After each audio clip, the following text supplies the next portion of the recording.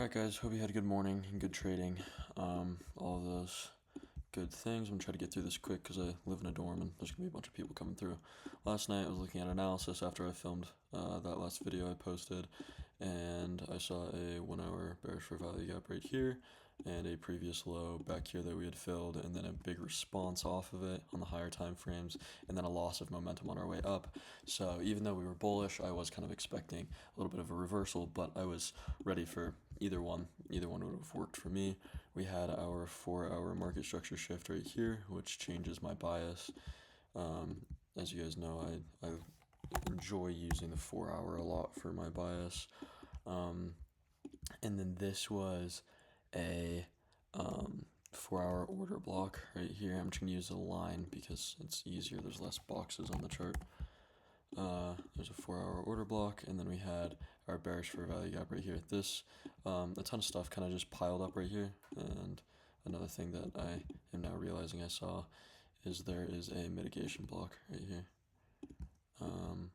Anyways, it's a bunch of stuff that kind of piles up in one area. So that was my huge draw on liquidity, and then at 8:30 we had unemployment claims, and data lows and highs tend to be a big draw on liquidity, at least from what I have seen. That's not what I meant to do. This was news that I was pretty interested in, those lows. So, but I made a big mistake. I was looking for shorts, and what I typically like to see in the morning is, this was a 5 minute turtle soup, by the way. There was a 5 minute turtle soup down to these news lows, and I was like, oh, okay, we're not even going to go up and sweep any kind of 1 hour structure, which is kind of unfortunate because I wanted to see that 1 hour sweep. I like seeing sweeps on the 1 hour for before we would move down is what I'd be looking for. So that's why I was looking for this area up here, is we have our 1 hour market structure shift level right here with a bearish for value gap, a 4 hour order block, there's a mitigation block. There's a ton of stuff that just fits together really well. It's a huge draw for me.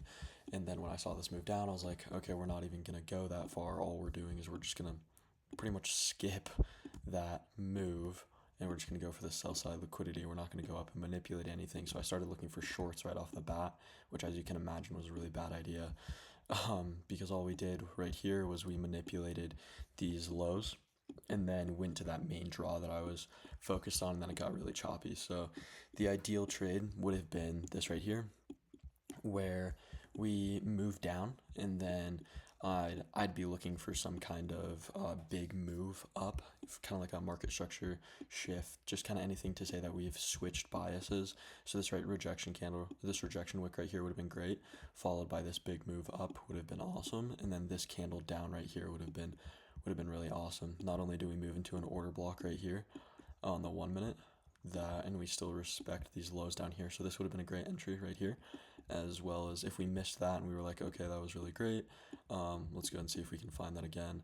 There would have been a second entry right there that was totally usable, with putting stops right below this low and then targeting.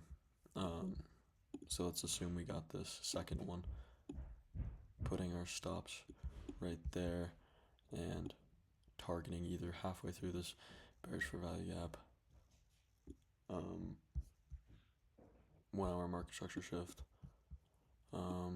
this 4 hour order block. There's a ton of stuff we could have targeted in here, but overall that would have given us a 2-to-1. Or had we gotten this earlier entry with our stops below here, as you can tell, that would have been a much better entry. But assuming this would have been the ideal entry, this was the move we wanted to catch in the morning,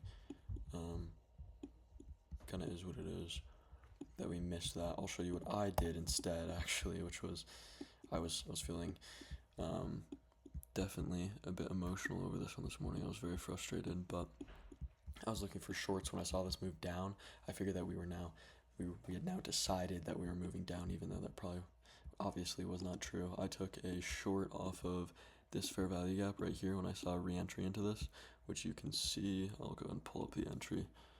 You'll see that I entered twice. It's just because entered twice because it's same place, but it wasn't entering, and I was like, I don't know why this isn't entering. This is really annoying. And the trading view was just being slow, so it didn't enter me right away. So I entered twice, but then I got out pretty much where I entered for break even on 15 contracts.